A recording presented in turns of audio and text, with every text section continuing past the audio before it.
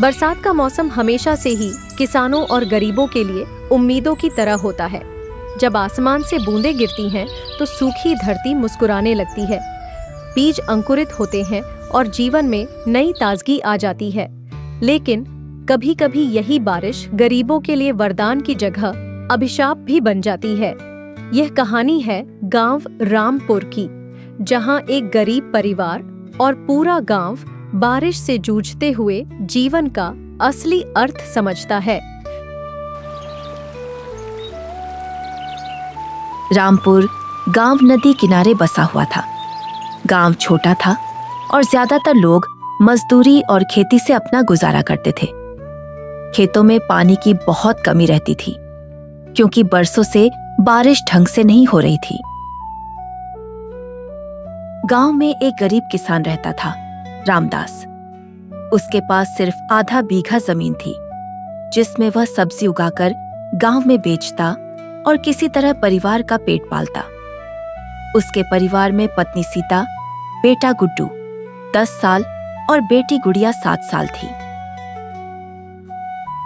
रामदास की हालत इतनी खराब थी कि कई बार परिवार को 2 वक्त की रोटी भी ठीक से नहीं मिल पाती थी। फिर भी वे चारों बहुत प्यार से रहते थे। रामदास रोज ताजी ताजी सब्जियां तोड़कर अपने ठेले पर लेकर गली गली में घूमकर बेचते थे। सब्जियां ले लो, ताजी ताजी सब्जियां ले लो, गोभी है, टमाटर है, धनिया है। रामदास को गांव के लोग प्यार से रामू कहकर बुलाते थे। रामू गली गली में घूमकर अपने खेतों में उगाई हुई ताजी सब्जियां बेचते थे। रामू बहुत ही नेक व्यक्ति था, इसीलिए पूरे गांव के लोग रामू को पसंद करते थे। रामू, आज क्या है सब्जियों में? आज बड़े कम सब्जियां लाए हो। टमाटर कितने रुपए किलो है? गोभी कितने रुपए किलो है? गोभी 30 रुपए किलो और टमाटर 50 रुपए किलो है। रामू इसी प्रकार गांव के लोगों से सादगी से बात करते और सब्जियां बेचते थे। एक दिन गांव के ऊपर काले बादल छा गए। हवा में ठंडक भर गई और मिट्टी से सुगंध आने लगी। बच्चों के चेहरे खिल उठे। सबको लगा कि इस बार अच्छी बारिश होगी और खेतों में हरियाली छा जाएगी। गांव का बुजुर्ग धर्मा काका बोले, अरे भाइयों, ये तो गगन घनघोर वर्षा की तैयारी है। अब की बार खेतों में सोना उगेगा। गांव के लोग खुशी से झूम उठे। शाम ढलते ढलते बारिश शुरू हो गई। पहले हल्की बूंदें गिरी, फिर तेज बारिश होने लगी। बच्चे खुशी से भीगने लगे। गुड्डू और गुड़िया भीगते हुए हंस रहे थे, लेकिन जल्द ही ये खुशी डर में बदल गई। बरसात लगातार 3 दिन तक होती रही। गांव की नदियां उफान पर आ गईं।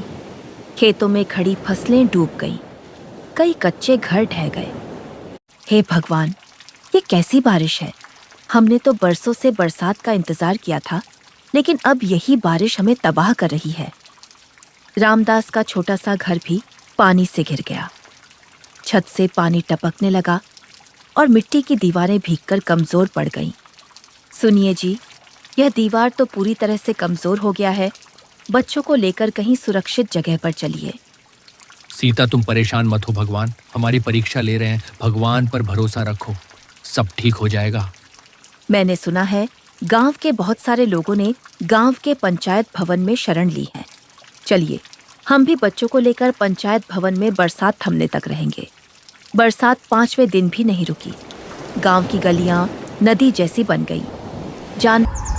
लेकिन तभी जिला प्रशासन से मदद पहुंची। ट्रक से राशन और दवाइयां आईं। गांव के लोग खुशी से झूम उठे।